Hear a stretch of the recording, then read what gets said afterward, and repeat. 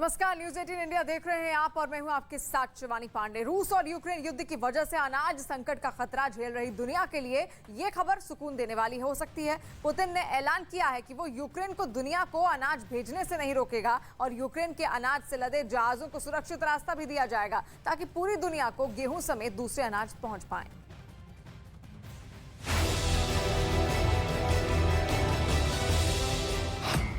खाद्य संकट से टेंशन में दुनिया, गेहूं की कमी से यूरोप परेशान यूरोप को पुतिन ने दिया समाधान।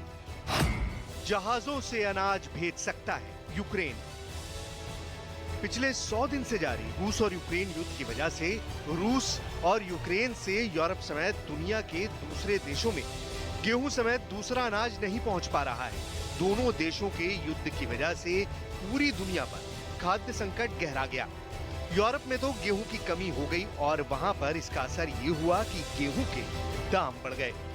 रूस और यूक्रेन दोनों ही गेहूं के बड़े उत्पादक और निर्यातक देश हैं। जानकारी के मुताबिक यूक्रेन दुनिया को 10% गेहूं निर्यात करता है। यूक्रेन मक्का के वैश्विक व्यापार में भी 15% का भागीदार है। यूक्रेन दुनिया की खपत के आधे सूरजमुखी तेल का उत्पादन करता है। युद्ध की वजह से दुनिया में गेहूं और सूरजमुखी तेल की किल्लत आ गई है। साथ ही संयुक्त राष्ट्र के खाद्य आपूर्ति कार्यक्रम भी पूरी तरह से प्रभावित हुए हैं। अब यूरोप समेत दुनिया के कई देशों को खाद्य संकट से उबारने के लिए पुतिन उम्मीद की एक किरण के रूप में सामने आए हैं।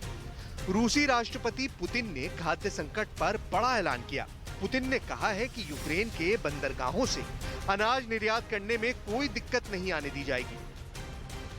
Это был первый шаг, очень серьезный шаг к развитию неблагоприятной ситуации на продовольственном рынке, потому что прежде всего наверх пошли, в гору пошли цены на продовольствие.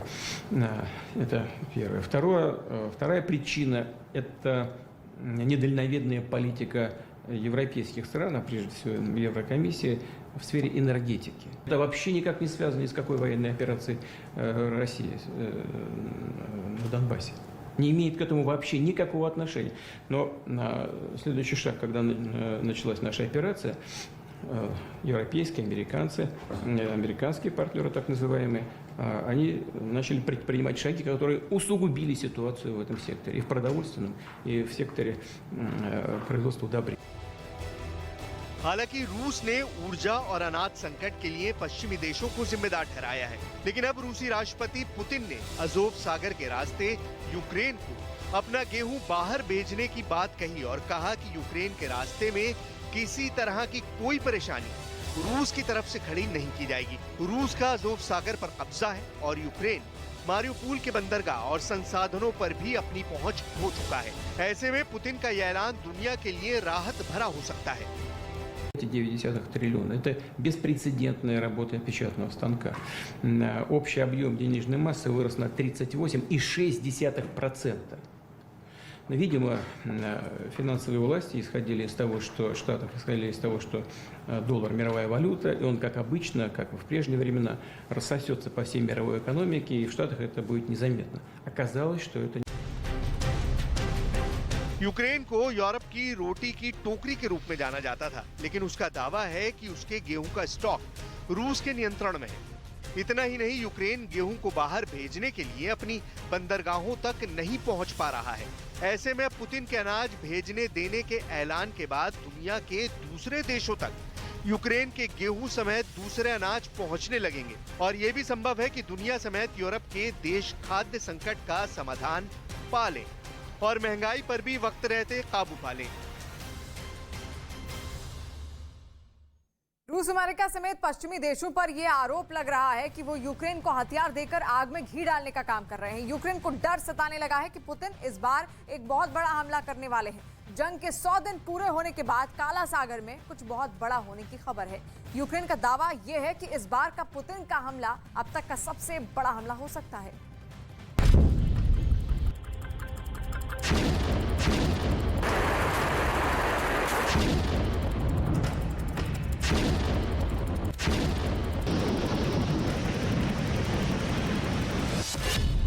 यूक्रेन को लगातार मिल रहे हथियारों से गुस्से में पुतिन।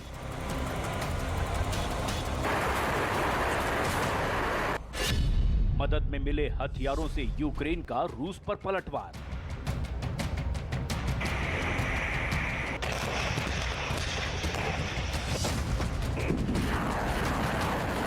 रूस के राष्ट्रपति व्लादिमीर पुतिन ने जर्मनी और फ्रांस के नेताओं को यूक्रेन को हथियारों की आपूर्ति बढ़ाने के खिलाफ चेतावनी दी है और कहा है कि इस कदम से हालात और खराब हो सकते हैं।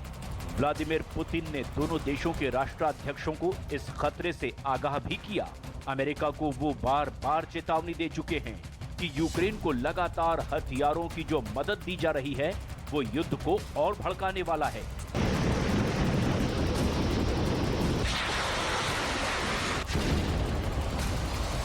हाल ही में पुतिन के एक सांसद ने अमेरिकी सैन्य ठिकानों को तबाह करने की धमकी दी थी। उन्होंने चेतावनी दी कि अगर अमेरिका ने यूक्रेन को मदद के तौर पर हथियार देना बंद नहीं किया तो यूरोप में मौजूद उनके मिलिट्री बेस को मिसाइल से निशाना बनाया जाएगा। रूस लगातार अमेरिका पर यह आरोप लगा रहा है कि वो यूक्रेन को हथियार देकर आग में घी डालने का काम कर रहा है। इसी बात से चिढ़कर रूसी सांसद फ्रांस क्लिंटचेविच ने रूस में एक टीवी शो के दौरान अमेरिका को हमले की धमकी दे दी। उन्होंने अमेरिका को चेतावनी देते हुए ये भी कहा कि अगर उसने यूक्रेन को HIMARS यानी high mobility artillery rocket system दिया तो यूरोप में मौजूद अमेरिकी सैन्य ठिकानों को एक लंबी दूरी तक मार करने वाली मिसाइलों से तबाह कर दिया जाएगा।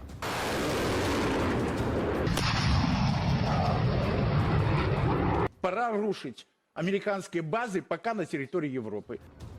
कुछ रोज पहले ही पुतिन के एक समर्थक ने नेटो देश ब्रिटेन को भी बर्बाद करने की धमकी दी थी और ये भी चेतावनी दी थी कि अगर ब्रिटेन ने यूक्रेन को मदद देनी बंद नहीं की तो उससे भी गंभीर परिणाम भुगतने होंगे।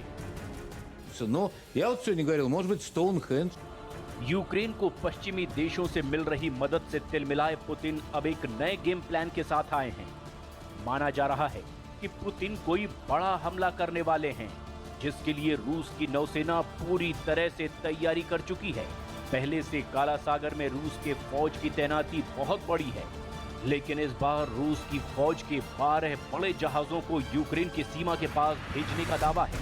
यूक्रेन ने दावा किया है कि इतनी बड़ी तैनाती के पीछे जरूर कोई बहुत बड़ा प्लान है। यूक्रेन के तकरीबन सभी बंदरगाहों पर रूस पहले से ही पूरी तरह कब्जा जमा चुका है। जहां रूस का कब्जा नहीं है वहां से भी कुछ नहीं निकल सकता, क्योंकि समुद्र के रास्ते पर पूरी तरह रूस का कब्जा है। इसीलिए यूक्रेन को डर सता रहा है कि इतनी बड़ी ताकत लाकर पुतिन कुछ बहुत बड़ा करने वाले हैं। आशंका ये जताई जा रही है कि अब रूस के टारगेट पर ओडेसा है, जिस पर वो पूरी तरह कब्जा करने के लिए एक बड़ी लड़ाई लड़ना चाहता है। क्योंकि काला सागर और अजोव सागर से लगने वाले यूक्रेन के सभी बंदरगाहों पर अब रूस का कब्जा हो चुका है, लेकिन ओडेसा अकेला है जहां अब तक रूस का कब्जा नहीं हुआ है। ओडेसा पर कब्जा होते ही यूक्रेन के लगभग सारे समुद्री तट पूरी तरह रूस की मुट्ठी में हो जाएंगे। वहीं ओडेसा में रूसी भाषा बोलने वालों की बड़ी आबादी भी बताई जाती है, इसीलिए रूस की नजर भी इस शहर पर पहले से है। ऊपर से अगर ओडेसा पर रूस का कब्जा हो गया तो रूस दक्षिणी और पूर्वी यूक्रेन पर कब्जे का ऐलान भी कर पाएगा। इसीलिए काला सागर में इस बार पुतिन की तैयारी पर अटकलों का बाजार गर्म है। यूक्रेन को इसीलिए डर सता रहा है क्योंकि 12 बड़े जंगी जहाजों के जरिए रूस की नौसेना बहुत कुछ कर सकती है। 12 जहाजों के जरिए पुतिन हजारों सैनिकों को यूक्रेन पहुंचा सकते हैं। इसके अलावा हथियारों का इतना बड़ा जखीरा पहुंचाया जा सकता है जितना अब तक यूक्रेन की जंग में इस्तेमाल ना हुआ हो। अटकलें तो ये भी है कि पुतिन का प्लान तो कीव पर कब्जे का ही है, लेकिन इस बार रणनीति अलग होगी। मतलब ये कि पिछली बार की तरह रूस की फौज बेलारूस के रास्ते कीव पहुंचने की कोशिश नहीं करेगी, बल्कि बेहिसाब हथियारों के साथ पुतिन दक्षिणी यूक्रेन के रास्ते कीव पर चढ़ाई का प्लान बना रहे हैं।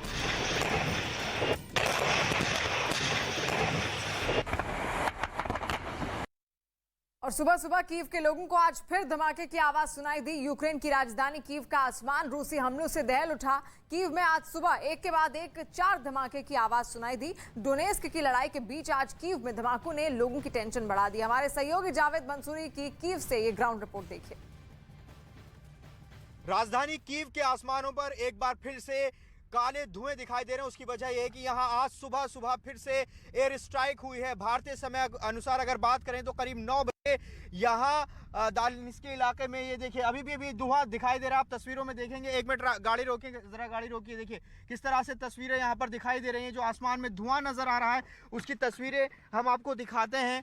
ये सुबह 4 धमाके यहाँ पर सुने गए हैं। बताया जा रहा है कि एयर स्ट्राइक हुई है। ये इलाका आप देखिए किस तरह से यहाँ पर दिनेश नागर थोड़ा आगे आइए, जरा जूम करके तस्वीरें दिखाइए कि कीव में फिर से एक बार कीव दहल उठा है। सुबह एयर स्ट्राइक यहाँ पर हुई है। रॉकेट देखे गए थे कीव के इस इलाके में। तो ये तस्वीर आप देख सकते हैं किस तरह से स्थिति यहाँ पर बनी है। बताया जा रहा है कि जो ये धमाके थे सुबह 9 बजे के आसपास इस इलाके में गिरे हैं। अभी ये पुष्टि नहीं हो पाई है कि ये रेजिडेंशियल इलाका है या फिर कमर्शियल इलाका है। आप तस्वीरों में देख सकते हैं खारकस्की इलाका ये कहा जाता है। और देखिए किस तरह से यहाँ पर अभी भी धुआं उठ रहा है। ये स्थिति यहाँ पर बनी हुई है। करीब 1 घंटे पहले एयर स्ट्राइक यहाँ पर हुई थी। जो लोग थे अभी भी आप देखेंगे चारों तरफ धुआं ही धुआं कीव के आसमान में आपको नजर आएगा। कीव बहुत दिनों से शांत चल रहा था। अचानक से जब एयर स्ट्राइक हुई है तो यहाँ अफरा तफरी का माहौल हो गया है। यहाँ जो चारों तरफ का इलाका है वहाँ किसी को भी जाने की इजाज़त नहीं दे रहा है। जो प्रशासन है, जो आर्मी है, पूरे इलाके को एक तरह से घेराबंदी कर ली गई है। गूगल ने लोकेशन बंद कर दी है यहाँ पर और अभी भी लगातार धुआं उठता जा रहा है। जो विताली क्लिचकी मेयर हैं उन्होंने इस बात की पुष्टि की है कि यहाँ एयर स्ट्राइक हुई है और अभी इसके नुकसान का नापा जाना बाकी है। कितना नुकसान हुआ है, कोई जानी नुकसान हुआ है, क्योंकि बड़ा एयर स्ट्राइक हुई है। एक के बाद एक 4 धमाके यहाँ पर सुनने को मिले। आप तस्वीरों में देखेंगे लगातार धुआं जो है वो निकल रहा है। तो एक बार फिर से कीव भी खतरे से खाली नहीं है। जो अभी डोनेस्क में लड़ाई चल रही थी उसके बाद अब राजधानी कीव जो कि शांत थी यहाँ फिर से एयर स्ट्राइक हुई। आप समझ सकते हैं कि ये जंग अभी जो लग रहा था कि ये बाहरी इलाकों में लड़ी जा रही है, लेकिन ऐसा नहीं है। फिर से जो एयर स्ट्राइक हुई है ये बता दिया गया है कि यहाँ कीव भी सुरक्षित नहीं है। आप तस्वीरों में देखिए किस तरह से कीव और ये धुआं जो है आपको सिर्फ इसी तरफ नजर नहीं आएगा, दूर तक ये हमें कई किलोमीटर से ये धुआं नजर आना शुरू हो गया था। ये तस्वीर आप लगातार देख सकते हैं। तो यहाँ स्थिति किस तरह की बनी हुई है। राजधानी कीव में अफरा तफरी का एकदम से माहौल बन गया, क्योंकि कई दिन से यहाँ पर कुछ यहाँ झगड़ा, यहाँ जंग नहीं चल रही थी। 24 फरवरी के आसपास जिस तरह के यहाँ माहौल था उस तरह की तस्वीर आज फिर यहाँ पर देखने को मिली। और उसकी जो उसकी विजुअल्स हैं हम आपको लगातार दिखा रहे हैं किस तरह से धुआं जो है वो निकल रहा है। अब ये बिल्डिंग रेजिडेंशियल है या फिर कमर्शियल बिल्डिंग पर एयर स्ट्राइक की गई है, ये अभी देखा जाना बाकी है। तो ये स्थिति कीव की लगातार बनी हुई है। हम कि इस जहां ये एयर स्ट्राइक हुई है इसके अलग अलग इलाकों से आपको ग्राउंड रिपोर्ट देने की कोशिश करेंगे, पूरी डिटेल बताने की कोशिश करेंगे और साथ ही बताएंगे कि कैसे जो कीव जो यूक्रेन के अलग अलग इलाकों में जंग चल रही है उसमें क्या सूरत हाल है। कैमरा पर्सन दिनेश नागर के साथ Javed Mansuri, news 18 India, Kyiv, Ukraine. और रूस और यूक्रेन युद्ध के 100वें दिन यूक्रेन का बहुत बड़ा कबूलनामा सामने आया है। राष्ट्रपति व्लादिमीर ज़ेलेंस्की ने माना है कि उनके देश के 20% हिस्से पर रूस का कब्जा हो चुका है। पूर्वी यूक्रेन में छिड़ी भयानक जंग के बीच ये बयान बहुत अहम है, क्योंकि डोनबास भी अब यूक्रेन के हाथ से निकलता हुआ दिख रहा है। 100 दिनों के इस युद्ध में यूक्रेन ने न सिर्फ 20% हिस्सा गंवाया, बल्कि यूक्रेन की अर्थव्यवस्था चरमरा गई। रूस का औद्योगिक बेल्ट, बंदरगाह और सबसे अहम अनाज पर कब्जा हो गया।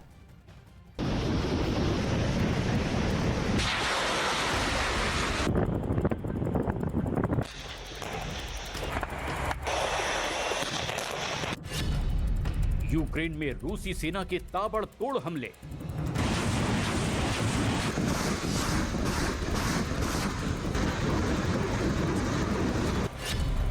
बम और गोले से शहर शहर तबाह।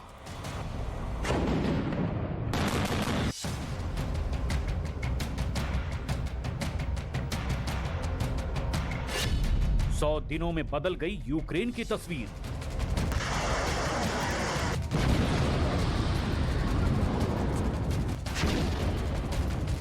24 फरवरी 2022 को शुरू हुई रूस यूक्रेन की जंग के 100 दिन बीत जाने के बाद अब यूक्रेन के राष्ट्रपति जेलेंस्की का बड़ा दावा सामने आया है।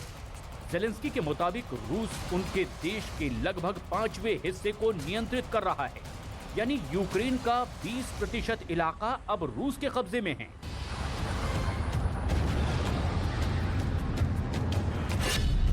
जंग पर जेलेंस्की का कबूलनामा। 20% यूक्रेन पर रूस का कब्जा। Сполучені Штати Америки підтвердили на різних рівнях, що нашій державі направляються сучасні ракетні системи залпового вогню. फिलहाल डॉनबास में रूस की सेना इतनी ताकत से लड़ रही है कि यूक्रेन की फौज के लिए अब डॉनबास में उनका मुकाबला करना लगभग नामुमकिन सा लगने लगा है।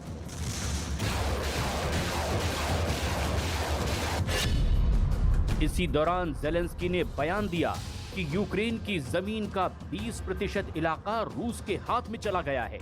इस 20% हिस्से में दक्षिणी यूक्रेन का क्राइमिया भी है, जिसे 2014 में ही रूस ने उससे हथिया लिया था, और डॉनबास के वो हिस्से भी जिन्हें रूस ने 8 साल पहले ही अपने कब्जे में ले लिया था। जेलेंस्की के मुताबिक रूसी सैनिकों ने यूक्रेन के 3620 आबादी वाले इलाकों पर आक्रमण किया।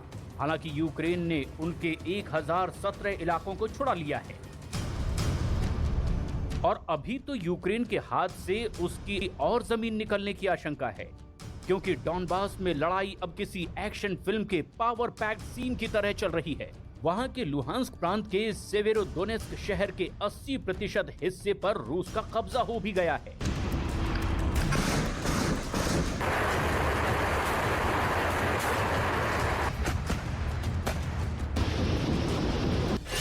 युद्ध पर नेटो महासचिव का दावा। लड़ाई लंबी चलने का किया दावा।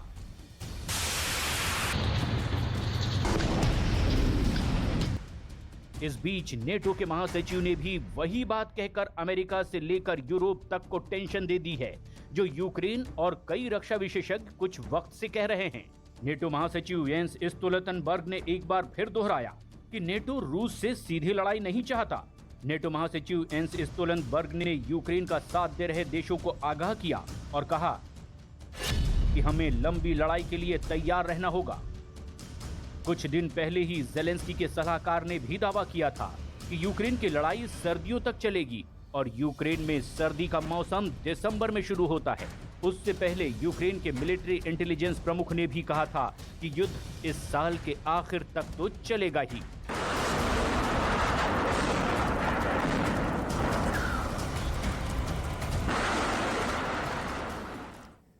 रूस यूक्रेन युद्ध जब शुरू हुआ था तब सभी को लग रहा था कि यूक्रेन जल्द ही रूसी सेना के सामने हथियार डाल देगा, लेकिन अब 100 दिन बीत चुके हैं और यूक्रेन की सेना रूस को कड़ी टक्कर दे रही है। अब लोग इस बात को जानने में दिलचस्पी ले रहे हैं कि आखिर यूक्रेन के पीछे कौन सी ताकत है जो उसे रूस के आगे घुटने नहीं टेकने दे रही है। जानते हैं इस रिपोर्ट में।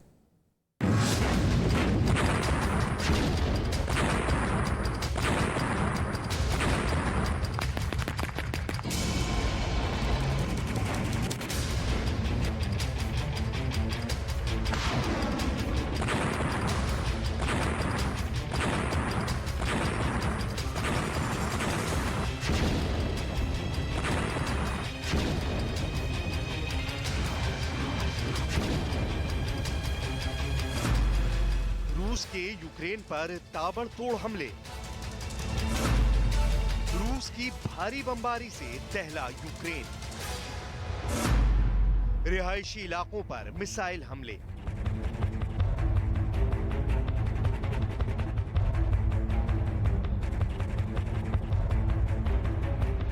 जंग में 100 दिन बाद भी जीत नहीं मिलने से गुस्साए रूस ने यूक्रेन पर हमले और तेज कर दिए हैं।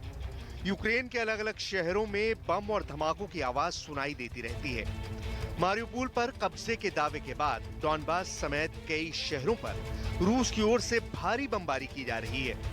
यूक्रेन के कई इलाकों में मिसाइलें आग बरसा रही हैं, जिसमें लोगों के आशियाने तबाह हो रहे हैं। यूक्रेन में हर तरफ सिर्फ तबाही नजर आ रही है। हर इलाके से बर्बादी की आ रही तस्वीरें डराने वाली हैं। लेकिन फिर भी यूक्रेन के राष्ट्रपति जेलेंस्की हैं कि झुकने को तैयार नहीं है। जहां एक ओर रूस की सेना का यूक्रेन के सैनिक डटकर सामना कर रहे हैं, तो वहीं पुतिन के सामने दीवार बनकर खड़े हैं खुद यूक्रेन के राष्ट्रपति व्लादिमीर ज़ेलेंस्की। पुतिन के सामने ज़ेलेंस्की की दीवार। जंग जीतने के लिए ज़ेलेंस्की कुछ भी करेंगे। यूक्रेनी सैनिकों का बढ़ा रहे हैं हौसला। यूक्रेन के लोगों के साथ खड़े हैं ज़ेलेंस्की।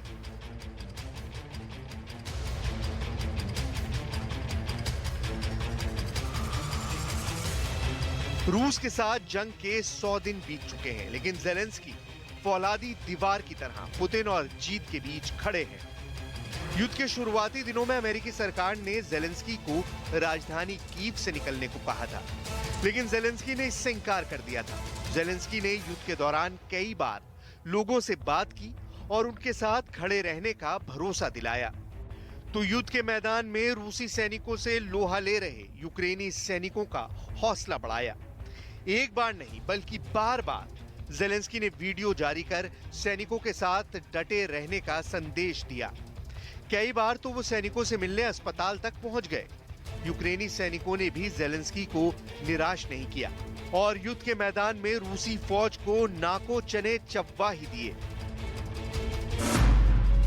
ज़ेलेंस्की की दुनिया के देशों से अपील, दुनिया के देशों से मदद की अपील, रूस पर और प्रतिबंध लगाने की मांग। रूस के साथ जंग में ज़ेलेंस्की अकेले ही नहीं लड़ रहे हैं, बल्कि अमेरिका समेत कई देश यूक्रेन का साथ दे रहे हैं। ज़ेलेंस्की की मदद की अपील रंग भी ला रही है और कई देशों ने जहां रूस पर प्रतिबंध लगाए, तो वहीं कई देशों ने हथियारों के साथ ही आर्थिक मदद भी यूक्रेन को दी। ज़ेलेंस्की ने अमेरिका के मेयरों से भी रूस पर दबाव बनाने की अपील की और रूस को अंतर्राष्ट्रीय मंच पर अलग-थलग करने की अपील की। Пані та панове, шановні мери Сполучених Штатів Америки, я вдячний можливості звернутися до вас сьогодні. Сполучені Штати стали справжнім лідером міжнародної підтримки України. Це і оборонна підтримка, і фінансова, і політична. І вона базується на щирому зв'язку між усіма народами, які однаково цінують свободу. На тому, що ми, українці та американці, однаково розуміємо небезпеку тиранії. Світ бачив різні тиранії у різні часи.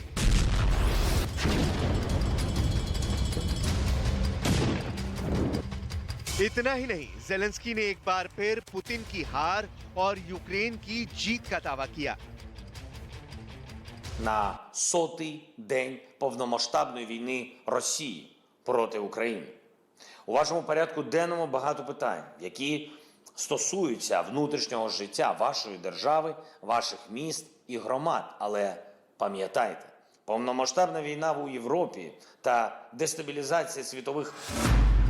ज़ेलेंस्की की दुनिया के देशों से अपील, युद्ध लड़ने के लिए हथियार मांगे। यूक्रेन को लगातार मिल रहे हैं हथियार।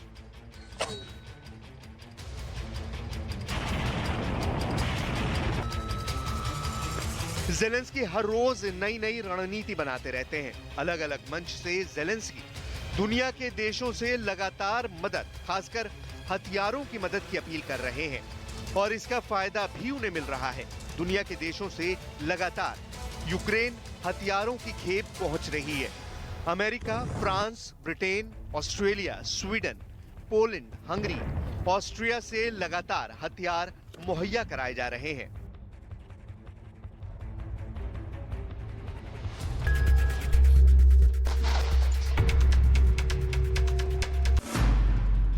पुतिन के खिलाफ ज़ेलेंस्की का प्रोपेगेंडा वॉर, दुनिया के सामने युद्ध की अलग तस्वीर रखी।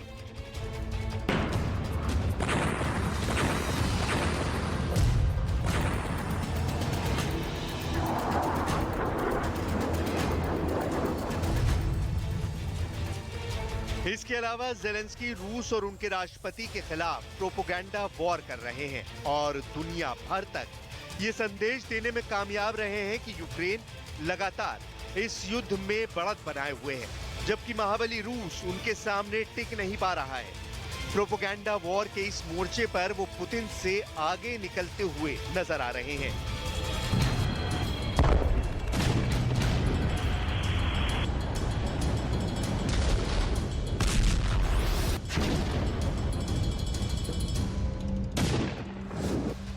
रूस और यूक्रेन के बीच युद्ध के 100 दिन बाद भी पुतिन ज़ेलेंस्की नाम की दीवार को भेद नहीं पाए हैं और अब तिलमिलाए पुतिन ने यूक्रेन पर हमले और तेज कर दिए हैं और जीत हासिल होने तक नहीं रुकने का ऐलान किया है।